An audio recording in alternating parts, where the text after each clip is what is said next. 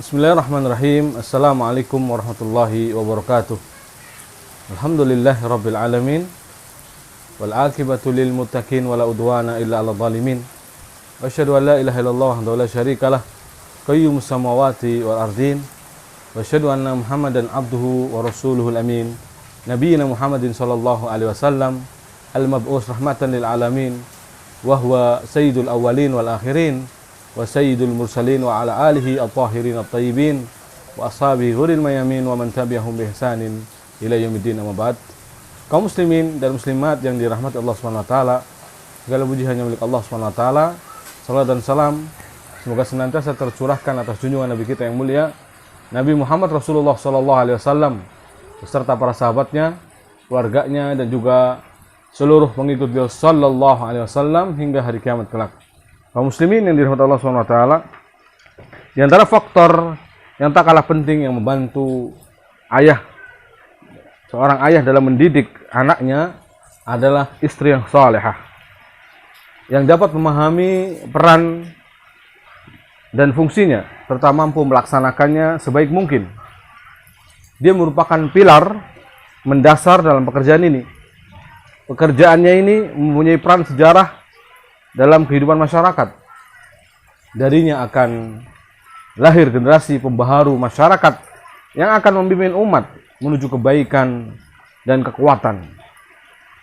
Sesungguhnya rumah merupakan salah satu benteng akidah. Benteng ini harus benar-benar kokoh dan tidak bisa ditembus.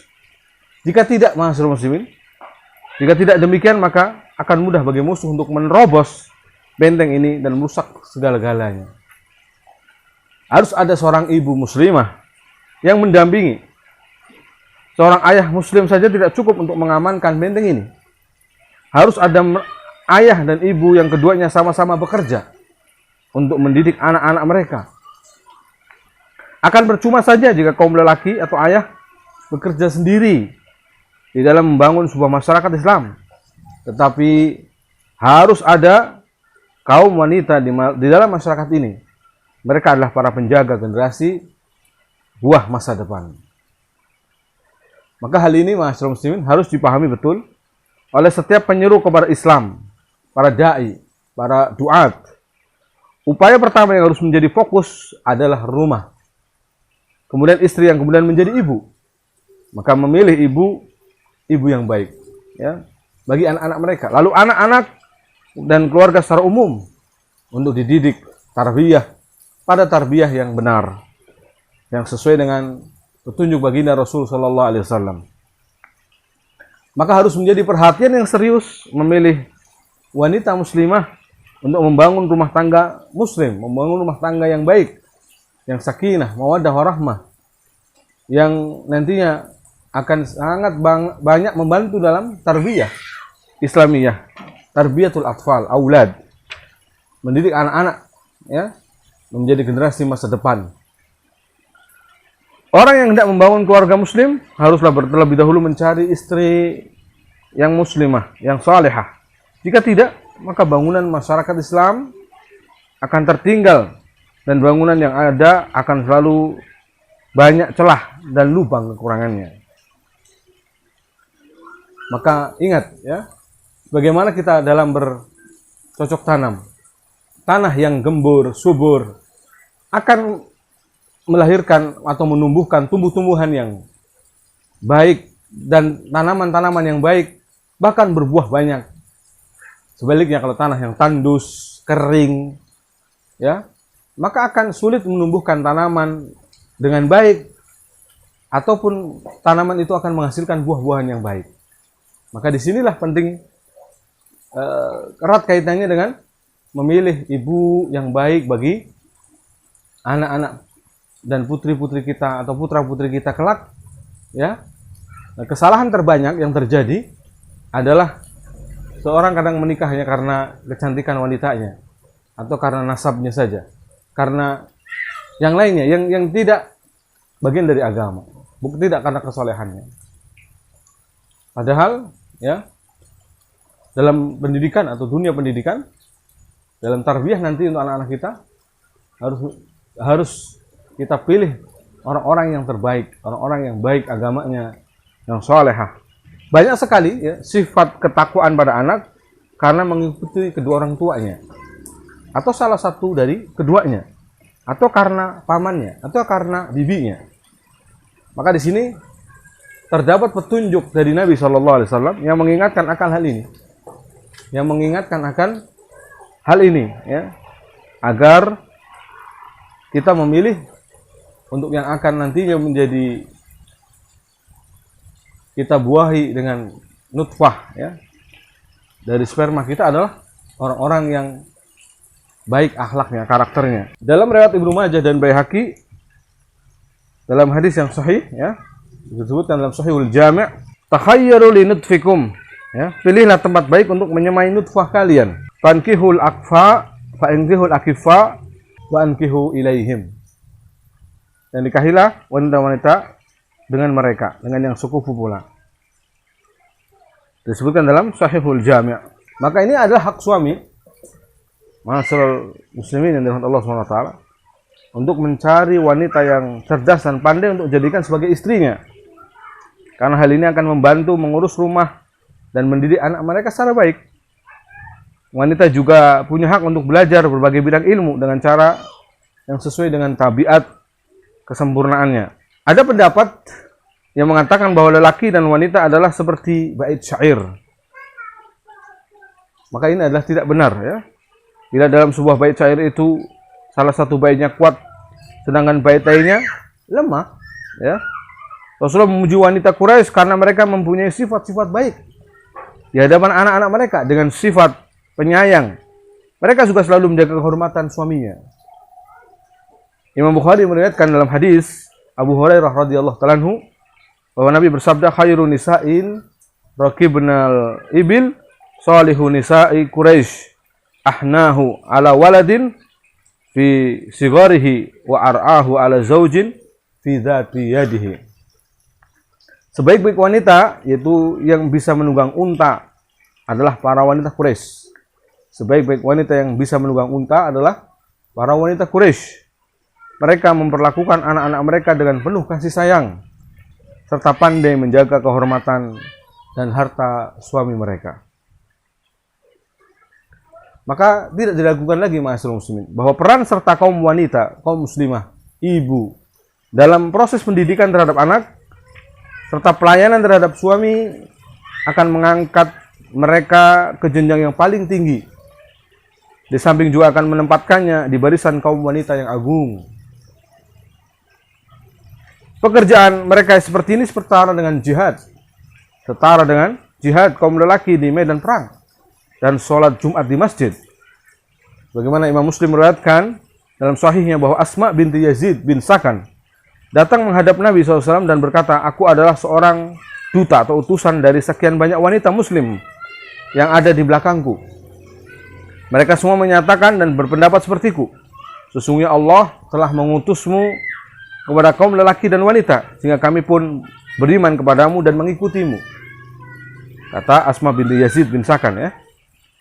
Namun kami sebagai kaum wanita punya keterbatasan dan banyak halangan serta banyak hanya duduk di rumah. Sementara itu kaum pria mempunyai kelebihan dengan bisa melaksanakan sholat Jumat, mengiring jenazah serta jihad. Jika mereka keluar untuk berjihad, maka kami yang menjaga harta mereka dan yang mengurus anak-anak mereka. Apakah kami juga mendapatkan pahala yang serupa, ya Rasulullah? Apa jawab Rasul SAW? Rasul mengatakan, ya, ini kemudian Rasul menoleh kepada para sahabat dan bertanya, apakah kalian mendengar perkataan wanita yang mempunyai pertanyaan yang sangat baik ini mengenai urusan agamanya? Mereka menjawab, tentu ya Rasulullah. Maka Rasulullah kemudian bersabda, sekarang pulanglah engkau wahai Asma, beritahukan kepada wanita-wanita yang ada di belakangmu bahwa pelayanan baik yang dilakukan oleh salah seorang di antara kalian kepada suaminya, lalu mencari keriduannya dan selalu mematuhinya, sebanding dengan apa yang kamu sebutkan tadi, sebanding dengan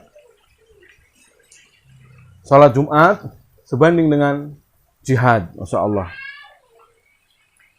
Bahkan Al-Mawardi menganggap bahwa memilih istri merupakan hak anak atas ayahnya.